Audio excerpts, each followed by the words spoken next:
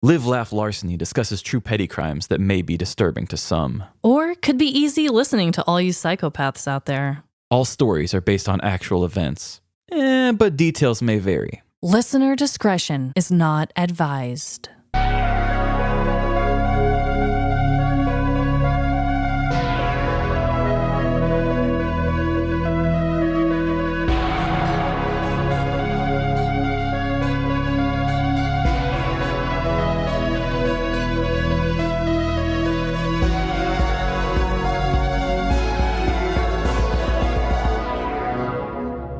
Live, Laugh. Larceny. Welcome to Live, Laugh, Larceny, the comfort of your bed when you have a busy day to get to. This is Trevin. That sounds so peaceful. And I am Amanda. Okay, Trevin. What up? What's your dreadful dilemma this week? Piggybacking off of last week's dilemma, I had given myself the gift of having a new job. Congrats. Snaps for Trevin. Thank you. And I have had my first week. And I gotta say, I'm having such weird emotions about it. I know we all know my old job so well, but I think I'm gonna kick that muse to the curb for the most part, and I don't think I'm gonna have any more job content, I hope. I hope, for your sake, it's only good job content. Yes, but I will just say how the first week went, and the culture is so nice. The people are kind. You have autonomy as a person. You're trusted. We have a water machine with 4 flavors. What are the flavors? Lime mint, black cherry, peach mango, and strawberry lemongrass. What the fuck? Okay, first of all, wow. I mean, there's nothing else I can say. That is just so damn fancy. And there's an option where you can choose still or sparkling. No, I didn't even know that existed. Yes. Wow. Now I'm jealous. Even though my work is at my house, I need that in my house. Oh, I'm sure it's expensive.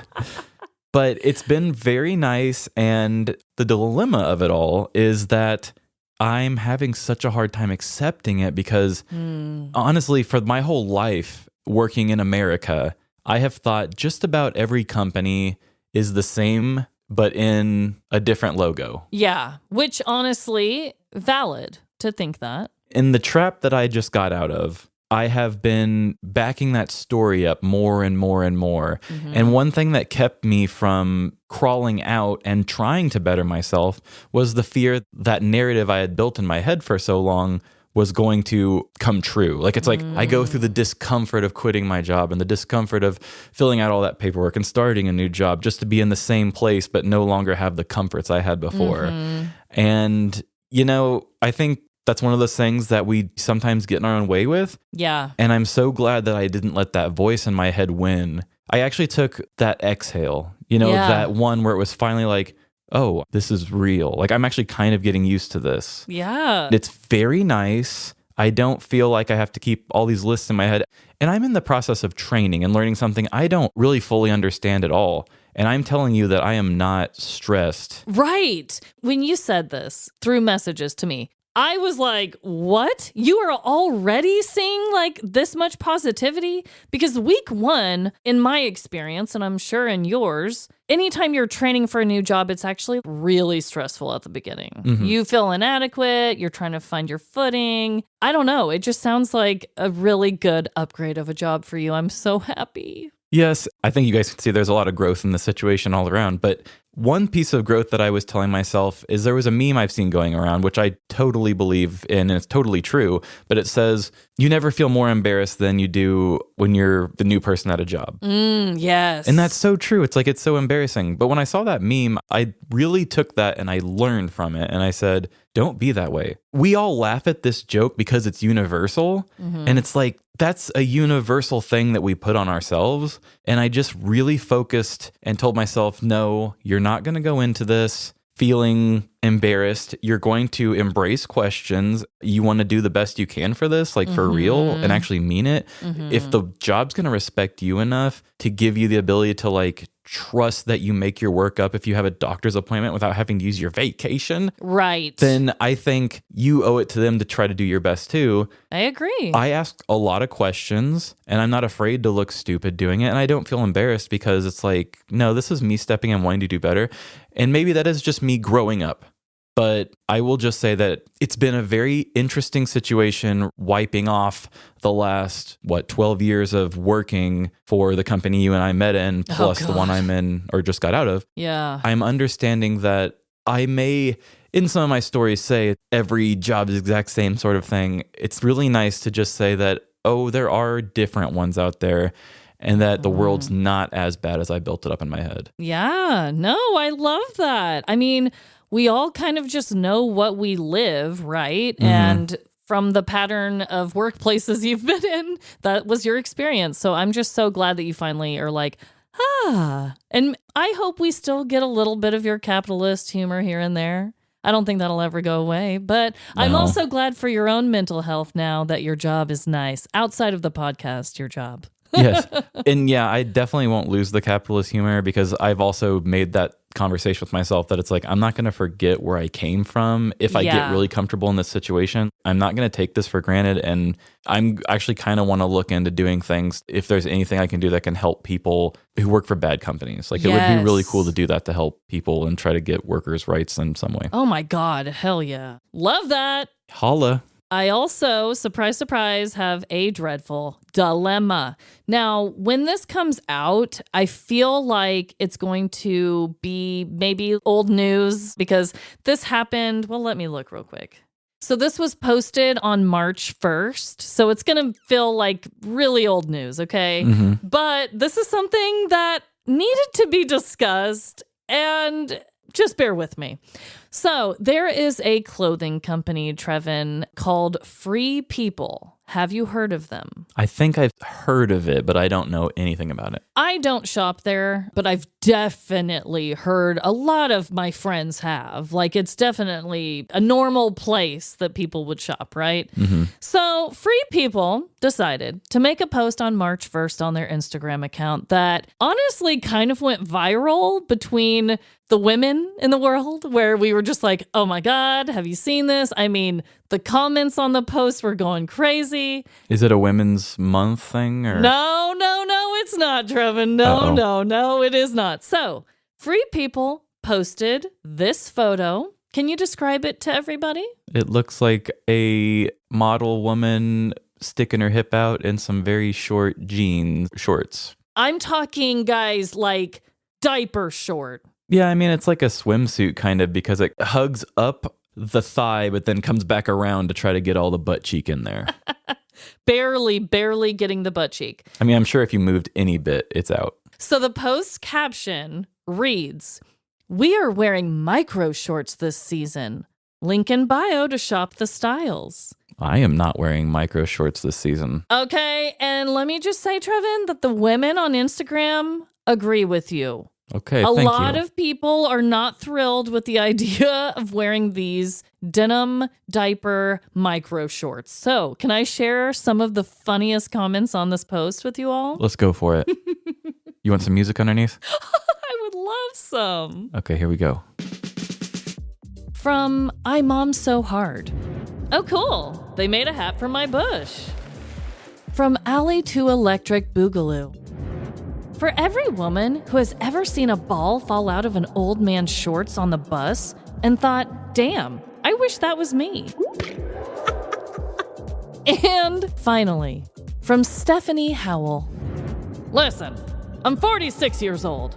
I am not interested in my labia entering the room before I do. I'm too old for this shit. Entering the room before I do. Trevin, let me just say, that is just a small portion of the gems of the comments that I saw on the post. I will definitely share it on our social media. Like I'll put it on our stories or something so that you guys can like click it and just read the comments. It was just beautiful. Just beautiful seeing women from all over the world joining in and having some fun and just trying to come up with funny little puns and just making fun of the world that we live in. Because as women, I mean, I've talked about this multiple times, and even as a man, you have too, we are all constantly trying to find out what pants we're supposed to be wearing. Oh, yeah, definitely. For me, it's more like which pants are on trend right now. Are they the mom jean? Are they the below the hip jean? Are they the straight leg? Are they the wide leg? You know, and then for you, you went through your athletic fit, husky boy struggles. Yeah, athletic fit, skinny fit. But it was just really lovely and really honestly quite fun for me. Dreadful that is what the world is trying to push on women to wear, you know, these denim diapers. But ultimately, it brought me some joy to look at the comments. So, yeah, I mean, if you want to bring Daisy Dukes back, that's fine. But this Yeah. diaper shape is odd. This is very odd. It takes one influencer to wear it, and then this ages really badly. Right. One influencer is going to wear it. All of a sudden, labias are in style. And I'm the laughing stock of the universe. But here we are. Wow. So we are going to be sharing some killer facts with you all today. Hello? We've traced the facts. They're coming from inside the house. Killer facts. We are. And before we get to the killer facts, the thing that we always seem to tend to do, we're forgetting to bring up an anniversary that's important.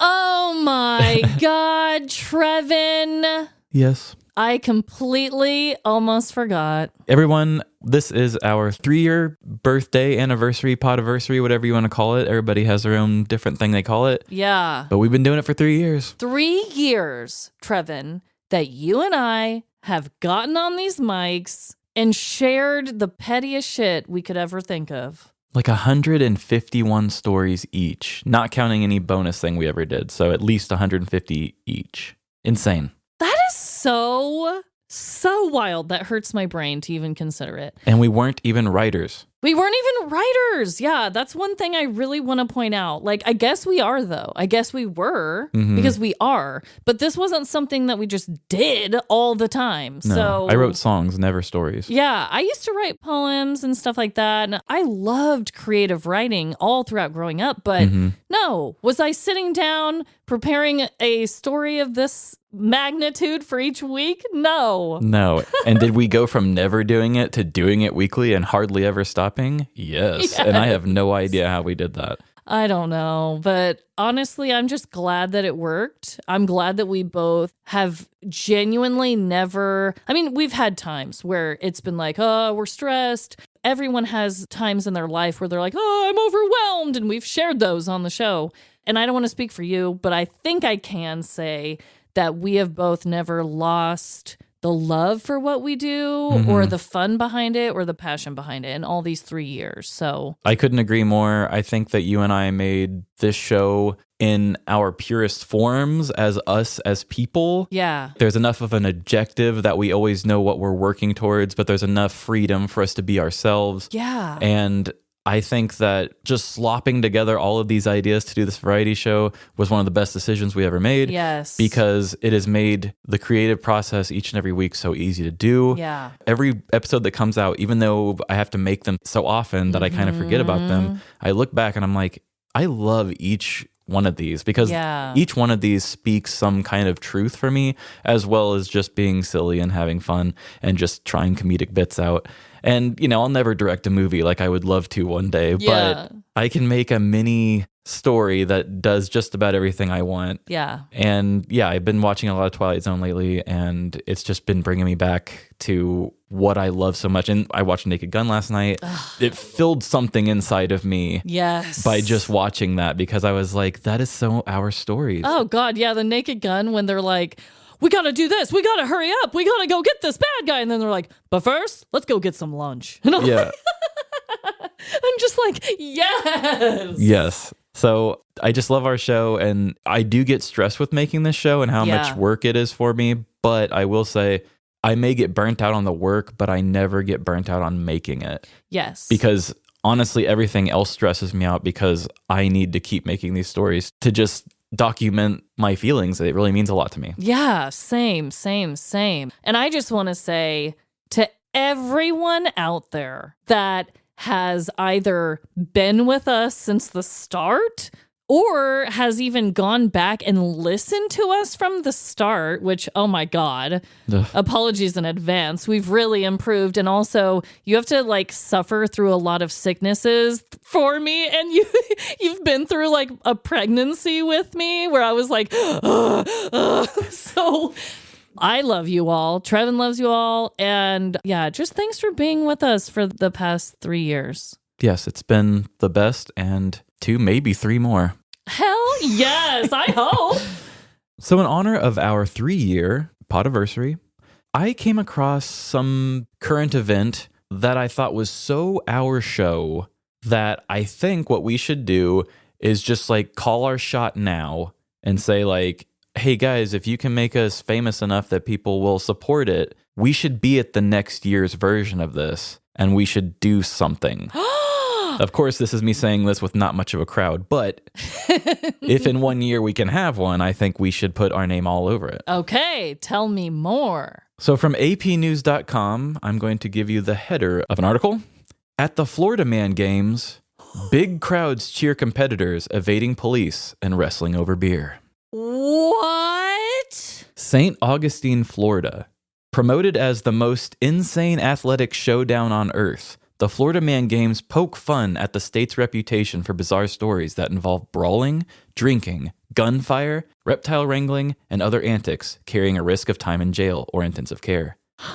The games kicked off Saturday with the Star-Spangled Banner played on electric guitar. Then spectators sipping canned beers behind metal barricades cheered and frequently shouted expletives as a dozen teams battled in contests inspired by real events from America's most surreal state. Wow. James Gordon of DeLand won the first event, wolfing down a plate loaded with barbecue pork and sausage. I've lived in Florida my whole life, he said after washing sauce from his hands and beard. They're calling these events. I'm calling these fucking Tuesday afternoon. Oh, snap. One event had contenders dueling in muddy water in an inflatable pool, pummeling each other with weapons made from pool noodles and duct tape.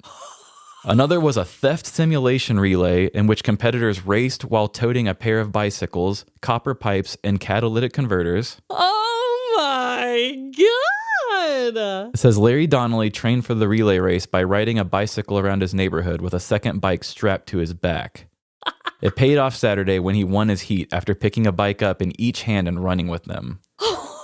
He said, I have an absolute disregard for self-preservation. I will do anything. Do you know how many stolen bikes or they rode a bike or a bike this or a bike that we've told in our stories? We have to go. I know, and we should have like a tent or something. Dude. I know we got a lot of Florida listeners. Oh my God. I've been to St. Augustine. It's actually really beautiful. I really enjoyed Florida the one time I went. Yeah. We have to do this. When was it? It was... like really recent, like happened in March? It looks like the article was February 24th. So yeah, it's somewhere in the early part of the year. Wow. Other events involved contenders wrestling sumo style while holding pitchers of beer, or running from actual sheriff's deputies while jumping fences and avoiding obstacles. Others faced a scramble to grab cash flying in a simulated hurricane wind. Spectators paid real money, $45 per ticket or more, to watch the games at Francis Field in downtown St. Augustine. $45? That is well worth it. Yeah, they said ticket sales exceeded 5,000. Holy crap. Okay, guys, I'm just going to put this out into the universe, okay? First of all, we're going to the Florida Man Games. Is that what it's called? Florida Man Games? Yes. We are going.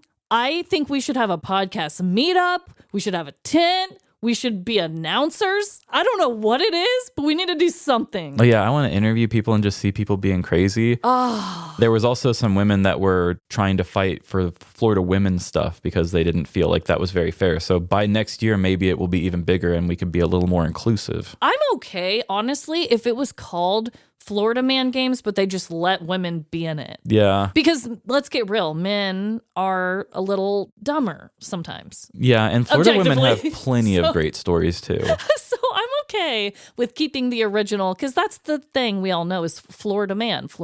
That's how it started, was because just Google, was it your birthday in Florida man, and just see what you get. That's how it all started. Yes. So I'm okay with the name, but yeah, let the women partake. Yeah. So maybe we'll be there to march for women's rights and enjoy Florida events. This sounds like a hell of a time. Well, I also have a killer fact, and as Trevin knows, it's a fact I just found today. I was going to share a different one, and then I thought, that's a really sad fact and not anything I want to do. So what the hell? Yeah, I've done it a couple times, and it's always so weird when we kind of stop for a second and are just like, ooh. No, okay. I'm not going to say this one isn't a little bit sad, okay? Because, like, it does have to do with some fatalities in this one, but the other one was, like, another level. What I want to talk about is the high amount of fatalities that happened during the construction of the Hoover Dam.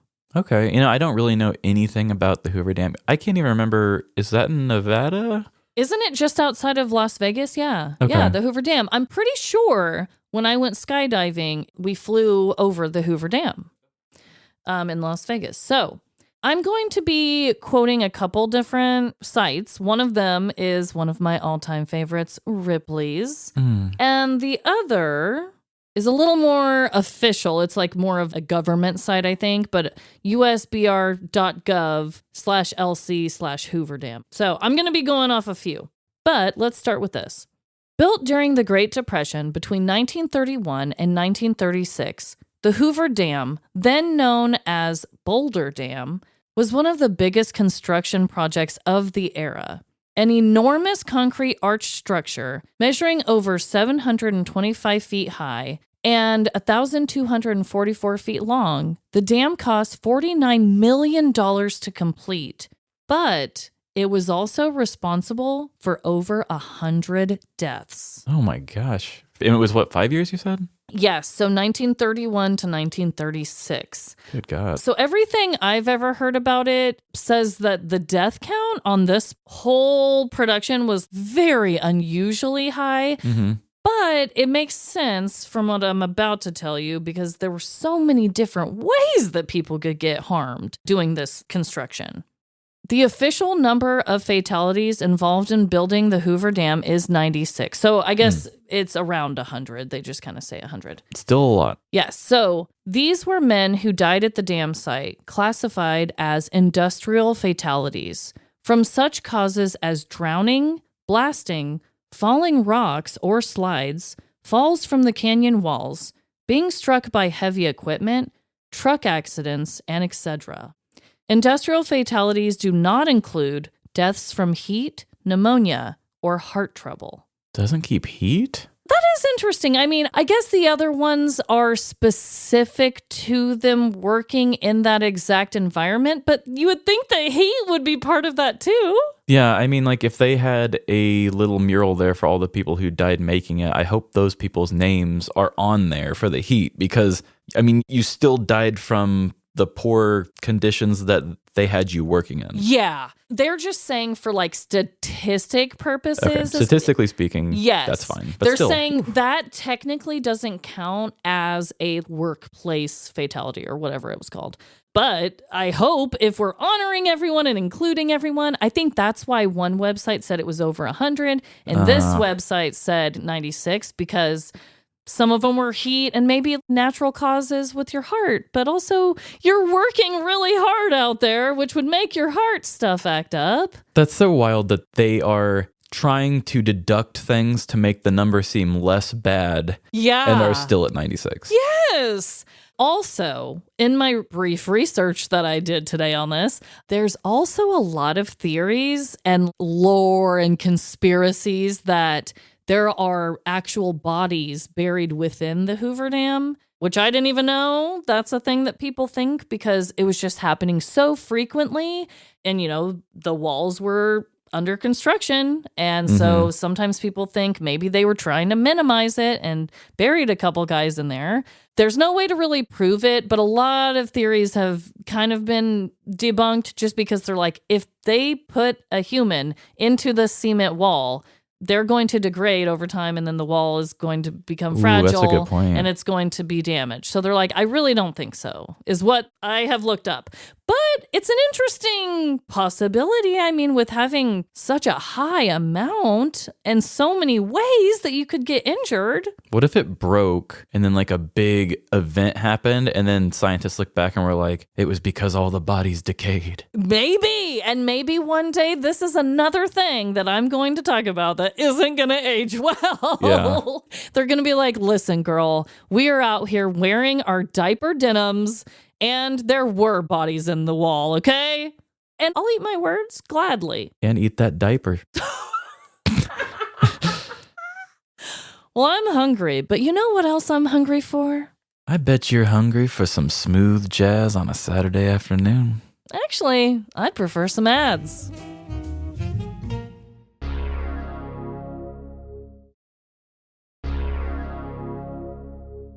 Welcome back. Welcome. It's my week to give you all the story on the birthday of our show. Oh my God, I can't wait. And I picked one that felt very fitting for a big milestone show. Ooh. So I just wanted to let you guys know that although I am considered the history person on this show, You are.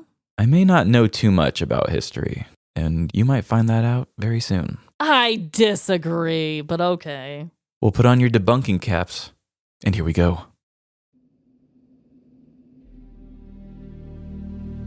There's no better teacher than the past. Countless human beings came before us, gathering information and experience. I claim this land.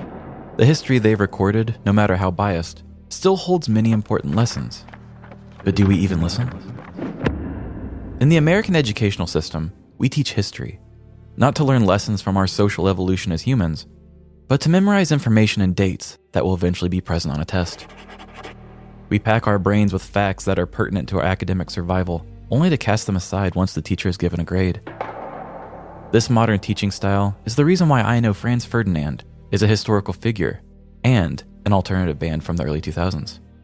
Unfortunately, my knowledge stops there.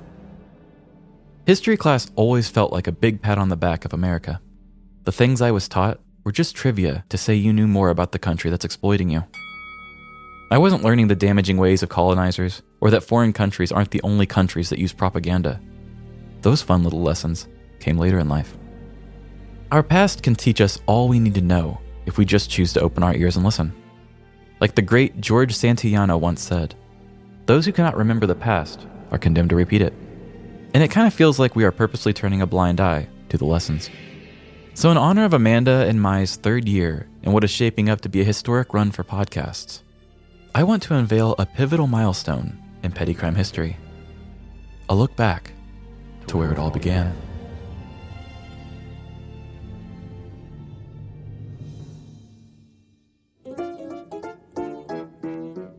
It was a peaceful January morning in the England town of Paddockwood. Children played, birds chirped, and passers-by announced the year in casual greetings. Beautiful 1896 morning we're having. Indeed. For our main character, Charles, these were the sounds he was used to hearing outside of his window. It was a gentle world with no turmoil. I mean, the atom bomb wouldn't be invented for another 49 years. These humans hadn't yet experienced fear. The low hum of the townspeople outside slowly woke Charles as he sat up to stretch. A thin beam of light peeked through his blinds, making an almost ethereal path directly to his badge. Charles curled his mustache at the sight. It was going to be a great day. As the police constable for his small English town, Charles took great pride in the duties he was assigned. There was a much stronger sense of ownership knowing he was responsible for what felt like his own backyard. It was his town in more ways than one. With the chin strap of his pointed bobby police hat firmly tightened to his face, Charles took his time buttoning the brass buttons on his coat. Each time his thumb pressed a shiny stud through an eyelid on his uniform, he felt more and more like an upholder of the law. The only thing he needed was his trusty baton holstered to his left hip to complete the look. Looking at himself in his full-body mirror, Charles practiced his constable voice. You cooked, son. Now get in the slammer, he said to his reflection, holding his posture up to the most respectable angle. With his confidence bolstered for the day, Charles stepped out his front door. and over to his police bike. He hiked his left leg over the seat, firmly pressing his gooch onto the old 19th century bike seat. With a slight heave and some force on the right pedal, Charles was off to patrol his town. Making his way around the English town's dirt roads, the constable took note of all the happenings he witnessed. There were children playing a riveting game of stick dirt, coffee sisters gabbing about the latest town gossip, Was kissing the town pig. and a large line of customers at the horse auto mechanic shop.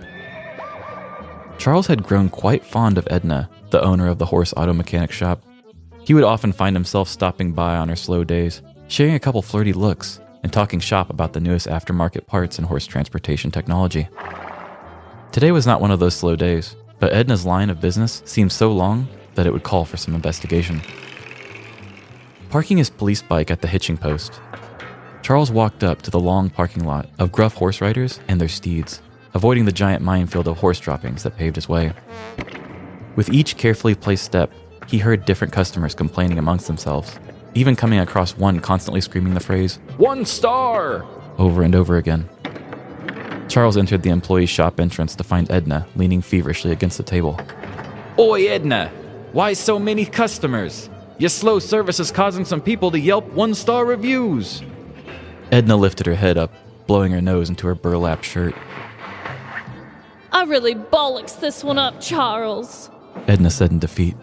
I thought it would be smart to run a tire and oil change special today, but I forgot the Super Bowl was last night, and we all know the Paddockwood Woodies took home the Gold Cup. Go Woodies! Yes, go Woodies. But I had one celebratory pint after another, and now I'm too pissed to change the oil on these horses. My whole team called out except Marty, and you know how useless he is. I've got him changing tires, but I wouldn't trust him anywhere near a horse's hole. Charles looked over at Marty, sniffing a mysterious substance on his finger, before tasting it. Hey, Constable Charles! He yelled, before ratcheting a sleek set of low pros on a brown thoroughbred named Patches. Edna went on. A horse automotive shop wasn't meant to be run by 1.5 employees on a normal day. This oil change special was an incredible lack of foresight.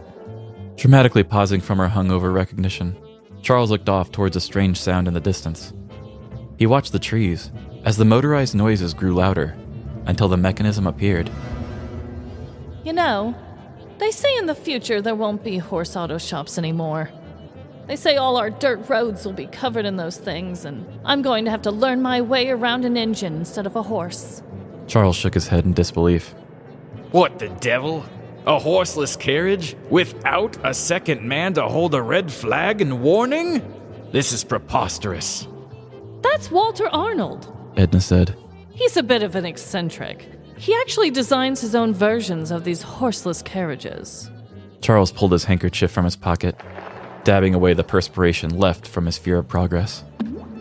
The interesting Mr. Arnold slowly crept by on his motorized coach, passing the horse shop and continuing on. It's kind of funny. We were handed new laws to uphold about those, and that was my first time ever seeing one in person. Charles admitted to Edna. They want us to start enforcing speed limits for these things. 2 miles per hour, they say. Edna snorted a bump of Dr. Cocaine's hangover tonic and responded. Charles, honey, if their speed limit is 2, then I'd say you just caught your first speeder. That bloke was easily going 8. The number rang around in Charles' head. He didn't even know a human could reach such speeds and survive. With the safety of his fair townspeople in mind, Charles gave Edna a firm shoulder squeeze goodbye and ran back to his bike. Placing his tender gooch back on the bike seat, Charles took to the road, attempting to catch up with the unconventional speed demon. At first, he followed the smells of exhaust and burnt oil, until his ears finally picked up on the loud motor sounds. The chaotic nature of the pistons moving at speeds invisible to the naked eye scared Charles, realizing that man was no match for its own creation. He accelerated.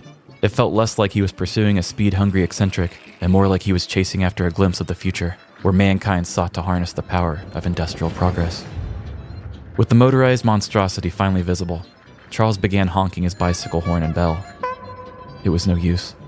Either Mr. Arnold couldn't hear him, or was maliciously maintaining these dangerous speeds. Charles' distance from the coach fluctuated with his waning stamina as the high-speed chase went on for miles. The two saw all the town had to offer. Beautiful countryside, old creepy churches, and crowded main streets. Oh God, look out! The chase went on for nearly 40 minutes, until Charles took all the strength left in his little Victorian legs and made one final push. A push towards his destiny. With the motorized coach almost in arm's reach, he honked the honker ball of his bike horn, erupting into a commanding blow. Walter Arnold looked over his shoulder, seeing a sweaty police officer, wheezing and gasping for air. Oh, hey, I didn't see you there. On January 28th of 1896, a motorist by the name of Walter Arnold entered the record books by receiving the world's first speeding ticket. Ignoring the town's speed limit of 2 miles per hour, Mr. Arnold blazed down the English roads at speeds of up to 8 miles per hour. An unnamed local constable chased the horseless carriage on a standard issue bicycle for 5 miles until eventually getting the motorist's attention. Walter Arnold, the local supplier of Benz vehicles and owner of his own car company, Arnold Motor Carriages, faced 4 charges at Turnbridge Wells Court: using a locomotive without a horse, having fewer than 3 persons in charge of a coach, going over 2 miles per hour, and not having his name and address on his vehicle. Walter Arnold was forced to pay a total of 35 shillings, a combined total from all of the charges. Although the court recognized that a lot of those rules were for horse-drawn carriages, they chose to hold Walter Arnold to those same standards, later changing legislation based on his case. Once legislation did change, the minimum of 3 people present was wiped away, as well as the need to have one person continuously holding a flag. And that is my history lesson for all of you, the world's first speeding ticket. Now, I probably wouldn't quote every word of this, but do feel free to tell people about the horse auto mechanic shops. I'd love to see how many people trust your word after that. As we begin a new year here at Live Laugh Larceny, I just wanted to take a look back at some of our petty crime history. There's so many interesting acts that make up our past, and you know I'm excited for whatever the future brings. Because every generation will wear a different skin and have different trends. But being petty never goes out of style. Damn, this literally was the very first kind of recorded speeding ticket. Truly. Yes, it was. Yes. Oh my God, you are such a classic historian. And just to give all of the props here, I am coming off of only information coming from this historyuk.com article by Miriam Bibby called Walter Arnold and the World's First Ever Speeding Ticket. I am obsessed with this idea. Holy crap. I've been holding on to it for a while. I found the story and thought this would be an interesting one for an anniversary or something. Oh my God. That is so insane that back in the day, going 8 miles per hour was like something to be like, yeah, blazing past. When I wrote this, I was literally just thinking, oh, how funny and melodramatic, going 8. Like, that's the whole joke. Yeah. I had said in the story, and honestly, this never crossed my mind when I wrote it, but I said, oh, couldn't believe a human could go that fast. Yeah. And Emily was like, didn't they have trains back then? And I'm like, I wasn't even thinking about that. Yeah, they probably did. But cars still were like another level. And when they had trains, you knew where the train was coming from. Imagine the first cars, and it's like, whoa, Betsy. And this car was actually like a very early model of vehicle. It's actually designed to look like a horse's carriage without anything. Like, this is a picture of it. It's not a Model T Ford. So that's another thing that's like throwing people off. They're like, what? How does this work? It's kind of a poor design when you try to make it look like a carriage like that. Yeah. But it really does just look like a horse's carriage just going on its own. I'm sorry if I missed it and you said this. Did they have speed limits kind of posted publicly, or that's what made speed limits be posted publicly? Is that kind of what you're saying about the legislature? I believe there was not anything posted. I think they even had horse speed limits, like keep your horses slow in certain areas. So I believe it was pretty much just like any motorized vehicle doesn't go over 2 miles per hour, and that's just how it is because it's such a new thing. Not everybody has one. So it's just kind of assumed. The legislature was that if you have a carriage, because of the work it takes to man all of the horses and to be safe with other horses and stuff, you always have a guy who holds a flag. So people know there's a horse carriage coming, I guess. Okay. And then you had to have like other support people with you in case one of your horses went crazy or something. You always had 3 people to man your vehicle. Whoa. So one of his tickets was just the fact that he was doing this all by himself. Yeah. If you see a guy manning all those horses, they say like, whoa, you need to have other people present. But at the same time, he didn't have horses. He didn't have horses, but they were like not used to this. Oh my God. Yeah. So one ticket for no flag holding man, one ticket for not having 3 people present, ticket for going over the speed limit, and the other one was just because they said he didn't have his information on it or something. Wow. I love that in today's day, okay, if you told us a story about a rando on the road and they got tickets for speeding and blah, blah, blah, and all these things, whatever, that's like an everyday occurrence.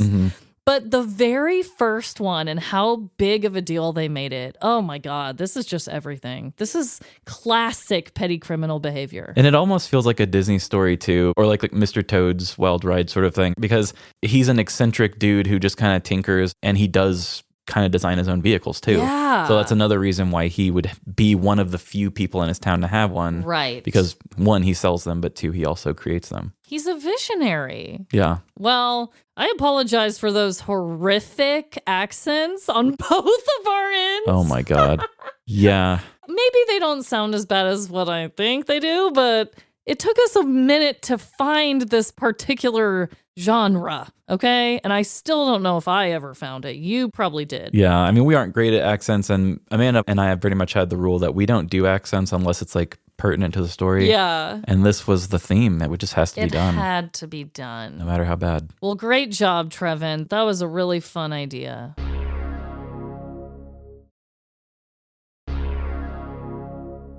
I also have a story for you all today. This is a petty crime story from the news. And kind of like I was telling you, Trevin, before we recorded, and I'm curious to see if you'll even notice it. It's just a slightly different tone of writing, I think, this week that I did. It's a little more of a heartfelt, sensitive story than I would normally do. But still, lots of humor, lots of ridiculousness sprinkled in. But just know I was in my feelings, okay, guys? And so here we go. I'm sure we've all experienced desperate situations in our lives that caused us to beg for divine intervention. Maybe you clogged up your rich aunt's toilet and pleaded with God to flush away all your sins. Forgive me, dear Lord, because I just took a huge dump. Or perhaps you demanded a sign about your relationship from the universe when you suddenly received a ping of your partner's location at their ex-girlfriend's house.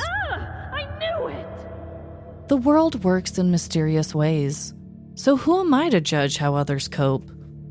Today's petty crime story is about the swift justice achieved when asking for help from the great beyond. We are gathered here today, not to mourn, but to honor a great life that touched so many of us. Donald Dean lived for 81 amazing years, spending his time skiing or helping out his loved ones. He is survived by his wife of 35 years, Anna Dean, along with their 5 children, 9 grandchildren, and 4 great-grandchildren. It was a January afternoon in 2014 as the Dean family gathered together in Albuquerque, New Mexico to honor Donald's life. By all accounts, he was a great man to everyone who knew and loved him. Although his wife Anna missed him, she felt a comfort knowing that he had lived a full life. Plus, Anna was surrounded by family and saw her kids and grandkids often. They all lovingly referred to Donald as Abuelo and would often find themselves sitting around their grandfather's beloved Ford F-150 pickup truck. Donald had adored that truck, and simply being around it made the family feel like he was with them. Over a year had passed, and the Deans continued on as a family. This led to an ordinary summer day when Anna's grandkids came over to visit. Only, there was something out of place. "Hey, Abuela, where's Abuelo's truck?" one of Anna's grandsons asked, as he immediately began looking for snacks in her kitchen. "What do you mean? It should be in the driveway," Anna questioned, with panic starting to rise in her throat. She and her snacking grandkids walked outside to make sure the truck hadn't simply been overlooked. When they all stopped, suddenly, open chip bags fell from the grandson's arms. A choir of gasps erupt from the granddaughters, and a PG-13 swearing was omitted from Anna's grandmother's mouth. Gosh darn it all to hell! Donald's favorite truck had been stolen. Without another thought, Anna ordered her grandchildren into her car. Get in, kids! We're getting that truck back if it's the last thing I do! And buckle up for safety! The angry Abuela yelled as she peeled out of her driveway. The family searched for suspicious trucks as Anna drove up and down the suburbs of Albuquerque. They cruised through residential areas, store parking lots, and parks with no luck.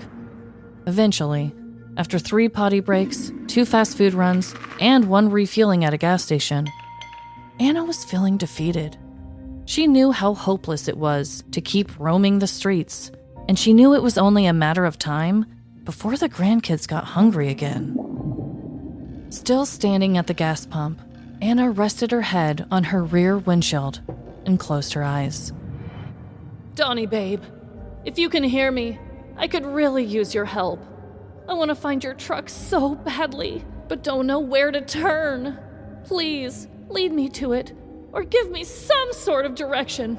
Please, Donnie. Anna paused, trying to collect herself before returning to the vehicle. Yet, she was startled to see all of her grandkids staring at her through her rear window. Oh my heavens! Can't your grandma take a minute to herself? Anna asked, getting back into the vehicle. And no more snack breaks, kids. I have a good feeling that your abuela will tell us where to go next. Anna started driving down Montano Street, approaching 2nd Street, when out of nowhere, she spotted Donald's truck. She immediately recognized the distinctive dark-colored paint job and made a U-turn to follow it.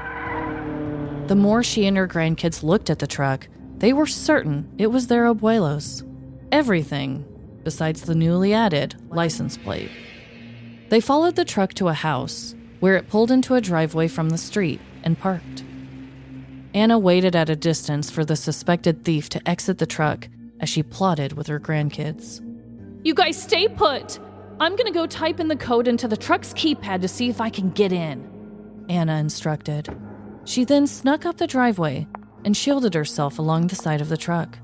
Anna looked from side to side, making sure the coast was clear as she approached the truck door, and typed in the passcode 6969. Confirming all suspicions, the truck unlocked, proving to her beyond a doubt that this was her late husband's.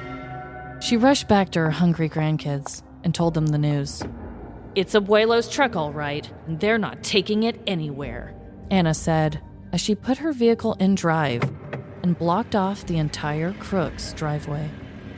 She had just called 911 when a man and woman came back out from the house and into Donald's truck. Anna frantically explained the stolen truck to the 911 operator and gave them the address where she and the thieves were currently facing off in the driveway. The crooked couple appeared confused and angered, What the fuck? motioning for Anna to unblock their driveway.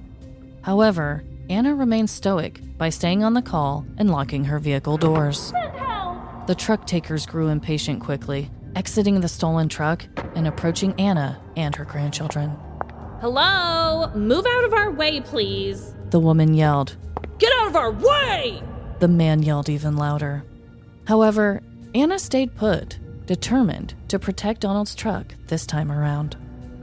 The petty pair grew more and more enraged by Anna's position and started banging on the windows and vehicle doors. Grandma? I'm scared, a terrified grandchild squeaked from the back seat. Just then, the unhinged man and woman walked back up the driveway and into the stolen truck. Not knowing what the pair may pull next, Anna braced herself for impact when finally the police cruisers arrived on scene. In mid-July of 2015, 61-year-old Anna Dean called 911, reporting that she had found her late husband, Donald Dean's, stolen Ford F-150 truck. She told the operator that she and a car full of grandkids had spotted the stolen truck pulling into a driveway and were currently blocking it in. Before authorities arrived on scene, a man and woman tried to exit the driveway in the stolen truck and became angered when Anna wouldn't budge. The couple banged on Anna's vehicle before returning to the truck when Albuquerque, New Mexico police arrived on scene. The couple then tried to flee, but were ultimately captured. 25-year-old Jason Mulvaney was arrested on a charge of receiving or transferring a stolen motor vehicle. Anna Dean was quoted saying, "That was his favorite truck. I was just heartbroken. I was trying to see what avenues I could take to find his truck."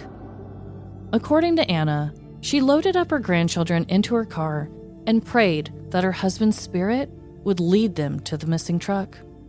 In retrospect, she knows what she did was incredibly dangerous. Although Anna would not recommend anyone trying to recover a stolen vehicle on their own, she and her family are glad that Abuela's truck is back home.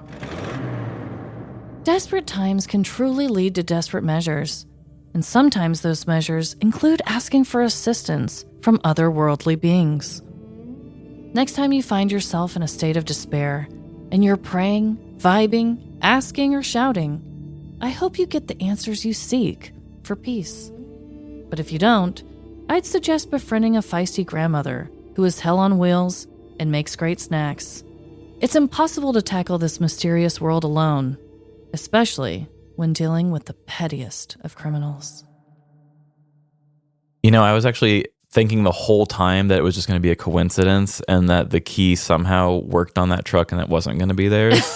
So I was just sitting here waiting for like an even bigger twist the whole time. But still, that's a badass abuela. Oh my God, I know.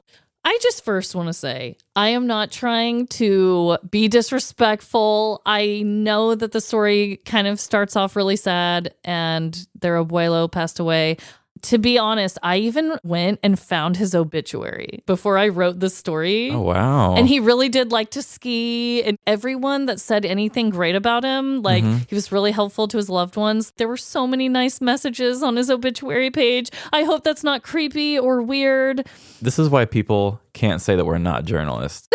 Right? Did you hear that? You went and looked at an obituary. I did.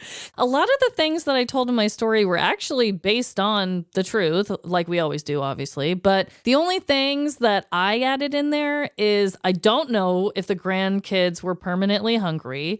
I obviously do not know the dialogue. And I had to throw in the 6969 being the passcode because we've done that on so many stories. Yeah, we're a big fan of 6969. We really are. Anyway, everything else was actually really based on the interviews that she gave. All of her grandkids were really with her when she hunted down the thieves. She did block them in. Like, all of that really happened. I kind of just dramatized.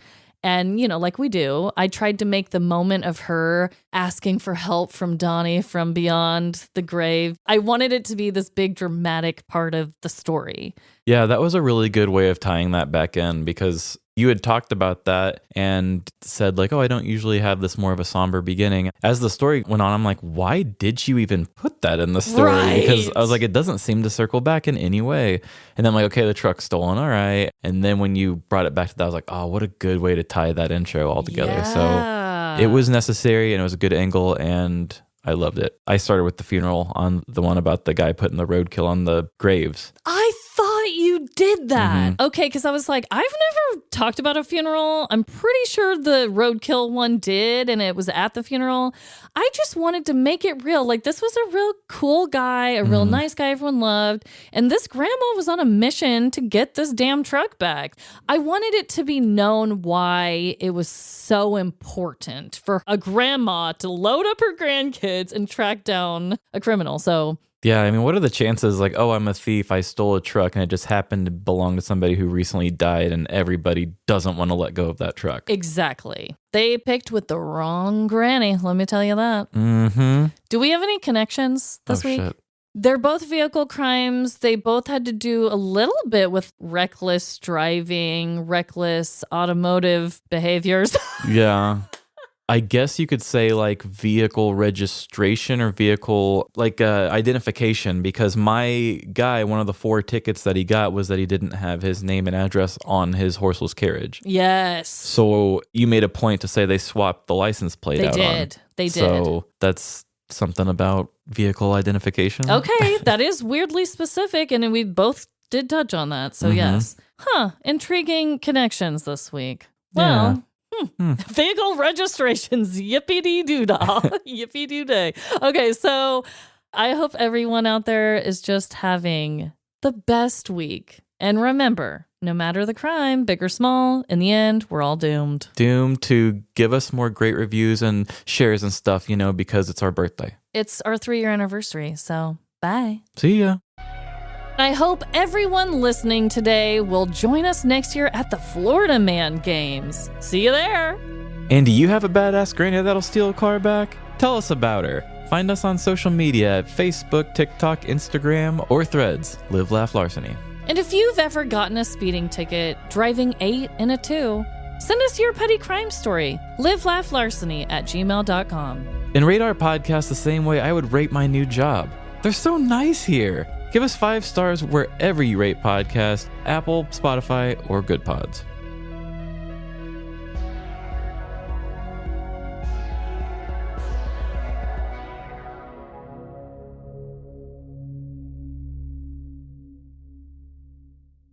That's Walter on.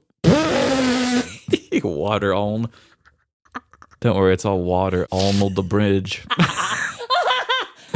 That was such a hard joke to make. So. Walter Arnold the bridge. I cannot.